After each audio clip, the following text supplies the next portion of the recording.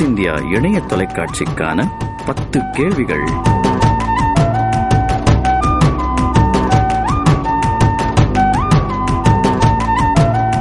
பதிலளிப்பவர் fact India அமைப்பின் நிறுவனர் doctor என் சேதுராமன் அவர்கள்.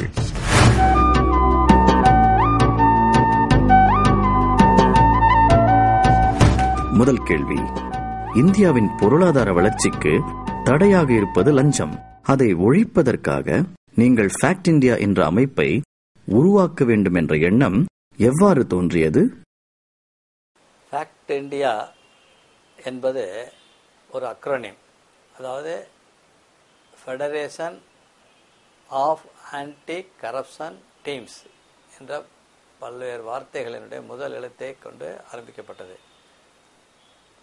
லஞ்சம் ஒழிய வேண்டும் என்பது எந்த படித்த இளைஞனும் மிடில் கிளாஸ் கிராஸ் ரூட் லெவலில் இருந்து வரக்கூடிய இளைஞர்கள் எல்லாத்துக்கும் உள்ள ஆதங்கம். அப்பர் கிளாஸ் பீப்புளுக்கு எல்லா காரியமும் நடந்துக்கிறது, அவருக்கு லஞ்சம் ஒரு பிரச்சனை இல்லை.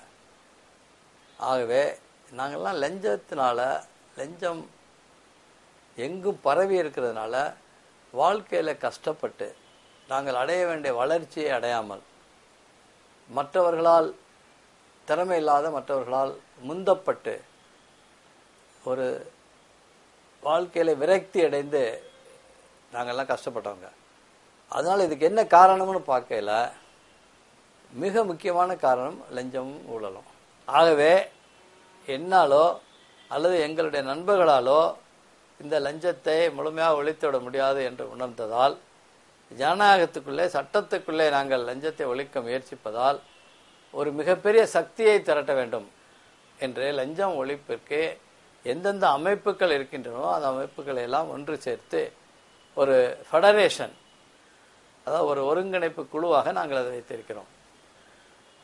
கிட்டத்தட்ட ஒரு 25 அமைப்புகள் இதில் அங்கம் வகிக்கின்றன. லஞ்சம் கூடாதோர் இயக்கம், லஞ்சம் ஒழிப்போர் இயக்கம், ஊழல் ஒழிப்போர் இயக்கம், டிரான்ஸ்பரன்சி இன்டர்நேஷனல், இந்த மாதிரி பல்வேறு நிறுவனங்கள் இதில் சேர்ந்திருக்கின்றன.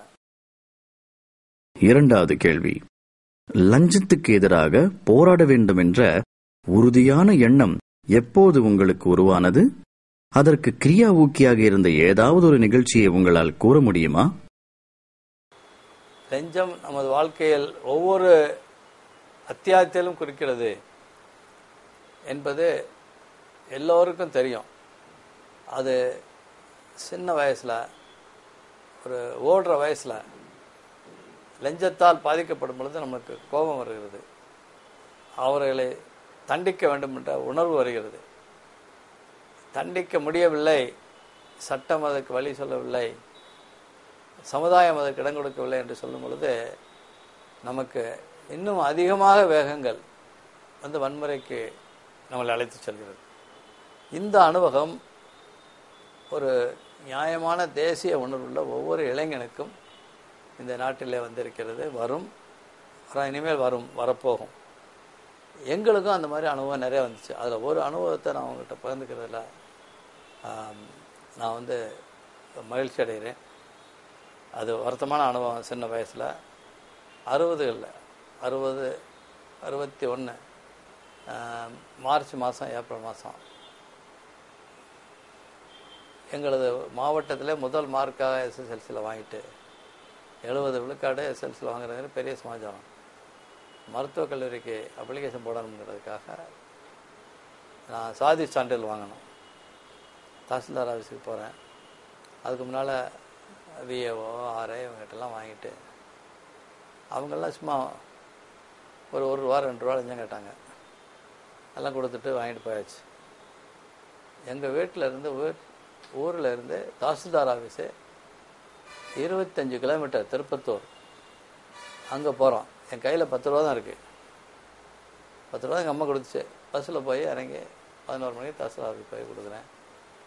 ஏரியா அப்படின்னாங்க. அன்றைக்கி சாயந்தரம் வரைக்கும் ஒன்றும் நடக்கலை. அப்புறம் அந்த பியூன் அதுக்குள்ளேயும் ஃப்ரெண்ட் ஆகிட்டார். என்ன சார், நாளைக்கு வாங்கி கொடுத்துருங்கிறாரு. நான் எங்கே போய் தங்குவேன், லாட்ஜில் தங்குறதெல்லாம் தெரியாது எங்களுக்கு. கிராமத்துலேருந்து போனாலும் லாட்ஜில் போய் ரூம் எடுக்கணுங்கலாம் தெரியாது. அங்கே போய் ஏதாவது 2 இட்லியில் சாப்பிட்டு தாசில்தார் ஆஃபீஸ் வரண்டாவிலே படுத்துக்கிட்டேன். காலையில் பல்லு விளக்கணும், குளிக்கணும். தாசில்தார் ஆஃபீஸர் முன்னால் ஒரு பொது குழாய் இருக்குது, அதில் போய் பல் விளக்கிட்டு வேப்பங்குச்சி ஒடிச்சு பல் விளக்கிட்டு இன்னும் 2 இட்லியை சாப்பிட்டு அங்கே வந்து படுத்து கிடக்குறேன். அங்கே வந்து உட்காந்துருக்கேன். தாஸ்தார் திறந்தாங்க. போன உடனே என்னையா வந்த உடனே மூதேவி மாதிரி வந்து நிற்கிறேன். போய் நின்னையா சார், நேரத்துலேருந்து காத்திருக்கேன் சார். காத்திருந்தா நின்னையா பார்க்கலாம் அப்படின்னு வரட்டி விட்டாங்க. அப்புறம் பல்லபடியே அன்றைக்கி மத்தியானம் ஆச்சு. மத்தியானம் போய் தாஸ்தாரை பார்க்குறேன். விட மாட்டேன்ட்டான் பையனு. அப்புறம் சாயந்தரம் எல்லோரும் எந்திரிச்சு போயிட்டாங்க. என் கையில் உள்ள பணமெல்லாம் தேர்ந்து போச்சு. இன்னும் ஒரு 3 ரூபா மட்டும் பஸ்ஸுக்கு வச்சுருக்கேன். அன்றைக்கி நைட்டு சாப்பிட்றதுக்கு ஒன்றும் இல்லை. ஏதோ சில்லறை கொஞ்சம் இருந்தால் வச்சு 2 வாழைப்பழத்தை வாங்கி சாப்பிட்டு படுத்து கிடக்குறேன். காலையில் பல் விளக்கிட்டு பட்னி தண்ணியை குடிச்சிட்டு உட்காந்துருக்கேன். தாஸ்தார் பழையபடி 3ஆவது நாள் போகிறேன். அவர் பியூன்கிட்ட கேட்குறேன், என்ன சார் இழுத்தடிக்கிறாரு, நிறைய பேர் வாங்கிட்டு போகிறாங்களேன்னு. யோ எல்லாம் என்ன தான் செஞ்சுட்டு போகிறாங்க, நீ அதை குடியான்னு. கொடுக்குறதுக்கு ஒன்றும் இல்லை சார், நான் 10 ரூபா கொண்டாந்தேன், எல்லாம் தீர்ந்து போச்சு. கையில் 3 ரூபா செலவுக்கு இருக்குது. அதை கொடுத்துட்டுனா நடந்து போனோம் 25 கிலோமீட்டரு. அதுக்குள்ளே எனக்கு அப்ளிகேஷன் போட முடியாது, இன்னும் 2 நாள் தான் இருக்குது. என்ன சார்னு கேட்குறேன். சரி எப்படியாச்சும் வாங்கி தந்துடுறேன் இரு அப்படிங்கிறாரு பியூன். அப்புறம் ஒரு 1 மணி வரைக்கும் பார்த்தேன். இன்றைக்கி அதே மாதிரி விரட்டிடுவாங்களோ பயம் வந்துருச்சு. காரணம் பசி. காலையில் சாப்பிடல, தண்ணியை குடிச்சு கிடக்குறேன். மத்தியானம் சாப்பிடல, அந்த பசியில் அவன் கொடுக்கல, இன்னைக்கு இழுக்க போகிறான்னு சொன்னோன்னே தாஸ்தார் போய் சண்டை போடுறேன். சார் நிறைய பேர் கொடுத்துக்கிட்டு இருக்கீங்க, எனக்கு கொடுக்கலன்னா என்கிட்ட கையில் காசு இல்லை சார், நான் கொடுக்க முடியாது சார், இருந்தால் கொடுத்துட்டு போயிடுவேன். ரெவன்யூ இன்ஸ்பெக்டரு விஓக்கெல்லாம் கொடுத்துட்டு தான் சார் வாங்கிட்டு வந்திருக்கேன் அப்படின்னு சொல்கிறேன். அவன் வந்து தாஸ்தார் எப்படியே முளைச்சி பார்க்குறான். யோ யாரு அவனோட பணம் கேட்டது, கொடுப்பாங்க போய் உட்காரு அப்படிங்கிறான். அவன் கேட்குறத கேட்கலைங்கிறத அவன் எஸ்டாப்ளிஷ் பண்ண தெரியும். போய் வாயன்னு பேசினா நான் போட வாடான்னு பேசிட்டேன். வேறு ஒருமையில் பேச ஆரம்பித்தேன். நீ கொடுக்கலனால் ஒன்னே உதச்சிடுவேன், என்ன போலீஸ் கேஸ் ஆகட்டும், நான் எக்ஸ்போஸ் பண்ணேன் ஒன்று. இவன் காசு இல்லாமல் என்ன இது பண்ணுறான், எனக்கு கேஸ் போட்டால் போகிற மெடிக்கல் காலேஜ் அடுத்த வருஷம் போய்க்கிறேன். நான் மற்ற நிலைஞர் மாதிரி சும்மா குனிஞ்சிக்கிட்டு வெளியே போகிற ஆள் இல்லை அப்படின்ட்டேன். தாராளம் தானே எல்லோரும் பண்ணி கொஞ்சம் வெளியே பண்ணி பாட்டாங்க. யோ 3 நாள் இங்கே கிடக்குறேயா, அந்த பீனை கேட்டு பாருங்கய்யா. அவன் என்ன பண்ணுவான், எனக்கு என் மேலே பரதாப்படுறான்னு அவன் சொல்ல முடியாது. இந்த தாராளம் வந்த உடனே 2-3 பேர் எனக்கு காஃபியை கொடுத்தாங்க. எனக்கு ரொம்ப சந்தோஷமாக போச்சு. ஆஹா நீ எரியாட் பண்ணனா உனக்கு ரிசல்ட் கிடைக்குது, சர்டிஃபிகேட் கிடைக்கலனாலும் பசி சரியாயிருச்சு. 3 நாள் ஒரு காஃபி ஆக ஒருத்தன் பிஸ்கட் கொண்டாந்து கொடுக்குறான். ஓ பரவாயில்லையே, என்ன பசி நின்று போச்சு. அங்கே உட்காந்துருக்கேன் நான், எல்லோரும் என்னை பேர் தான் பார்த்து போகிறாங்க. ஏன்னா ஒரே சட்டையை போட்டிருக்கேன், அது பயங்கர அழுக்காயிடுச்சு. அந்த சட்டையில் படுத்து கிடக்குனேன். கரெக்டாக ஒரு 4 மணி இருக்கும். ஒருத்தர் காரில் வந்து இறங்கினார். இறங்கி அவரும் ஒரு பையன் வர்றாங்க, நேராக போகிறாங்க தாசில்தார்கிட்ட. அதே தாசில்தார்கிட்ட நான் சண்டை போட்ட தாசில்தார்கிட்ட அவர் டேபிள் சேரில் உட்காடுறாங்க. நான் 3 நாளாக வராண்டாவில் கிடக்கிறேன். அங்கே போய் கையை கட்டிட்டு தான் நிற்க வேண்டியிருக்கு. காஃபி வருது, தாசில்தார் பையனுக்கு காஃபி கொடுக்குறாங்க. அது அந்த வந்த பணக்கார காரில் வந்த பணக்காரருக்கு அவருக்கு அந்த அவர் பையனுக்கு காஃபி கொடுக்குறாரு தாசில்தார். சாப்பா போடுறாங்க, சர்டிஃபிகேட் வாங்கிட்டு காருக்குள்ளே போய் ஏறுறாரு. அப்போ நான் பார்த்துட்டேன், என்னடா இது வந்தான் காரில் வந்தான் வாங்கிட்டு போகிறான். நான் ஒரு ஏழை குடும்பத்தில் பிறந்ததுனால என்னால் சர்டிஃபிகேட் வாங்க முடியாதா அப்படின்னா அந்த அவர்கிட்ட போய், ஐயா நீங்கள் கொஞ்சம் சொல்லுங்கள், 3 நாளாக வெயிட் பண்ணிக்கிட்டு இருக்கேன், சர்டிஃபிகேட் கொடுக்க சொல்லுங்கள் எனக்கு. யார் நீ அப்படின்னாரு. நான் அந்த வாராப்பூரில். நல்லா சார் பையன் அப்படின்னு. நல்ல பையனா, ஏய் உனக்கெல்லாம் யாருப்பா மெடிக்கல் காலேஜ் சீட் கொடுப்பா, நீ ஏப்பா விரலுக்கு மேலே வேங்குற அப்படின்னு அந்த ஆள் என்னை பிடிச்சி எழுதுறான். என்ன இல்லைங்க பிடிச்சி எப்படிதான் சொல்லுங்கள், கொடுத்தா வாங்கி படிக்கிறேன், இல்லைனா எங்கேயாச்சும் ஆர்ட்ஸ் காலேஜில் போய் படிக்கிறேன் அப்படி இப்படின்னு சொல்கிறேன். அவன் பியூன்கிட்ட என்னப்பா விஷயம், இல்லைண்ணா இவர் சண்டை போட்டாருங்க அதனால தாஸ்தி இழுத்தடிக்கிறாரு அப்படிங்கிறான்.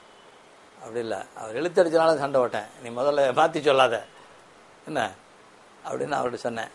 சரி பார்த்து செய்ய சொல்லுப்பா பிரச்சனை வராமல். இல்லைங்க அப்படிச்சே உங்கள் பேரை தான் நான் கோட் பண்ண போகிறேன், இஷ்யூன்னு வந்துச்சுன்னா அப்போ வந்து கொடுத்து 1 மணி நேரத்தில் வாங்கிட்டு போகிறீங்க, நீங்கள் தான் சாட்சி, உங்கள் இது கட்டாயம் வரான், உங்கள் பையன் பிரச்சனை வெளியே வராமல் இருக்கணும்னா எனக்கு போய் வாங்கி கொடுங்க, இல்லைன்னா நான் வந்து விட போகிறதில்ல, அந்த தாசில்தாரை இன்னைக்கு உதைக்க போகிறேன், வீட்டுக்கு போக முடியாது அவன், என்ன உதைக்க போகிறேன், உதைப்பேன், போலீஸ் ஸ்டேஷன் போட்டான் என்ன அப்படின்னு தாராளாயுது. அப்புறம் கடைசியில் தாசில்தார் சேல் போட்டு கொடுத்து கையெழுத்து போட்டு கொடுத்தாரு. இதுதான் என்னை வந்து வன்முறை பாதைக்கு தூண்டினது இருந்துச்சு. நான் ஆக்சுவலி ஆகலாம் அப்படின்னு நினைச்ச நிகழ்ச்சி. இந்த பசங்கனால நேர்மையாக காரியங்களை பண்ண முடியாது.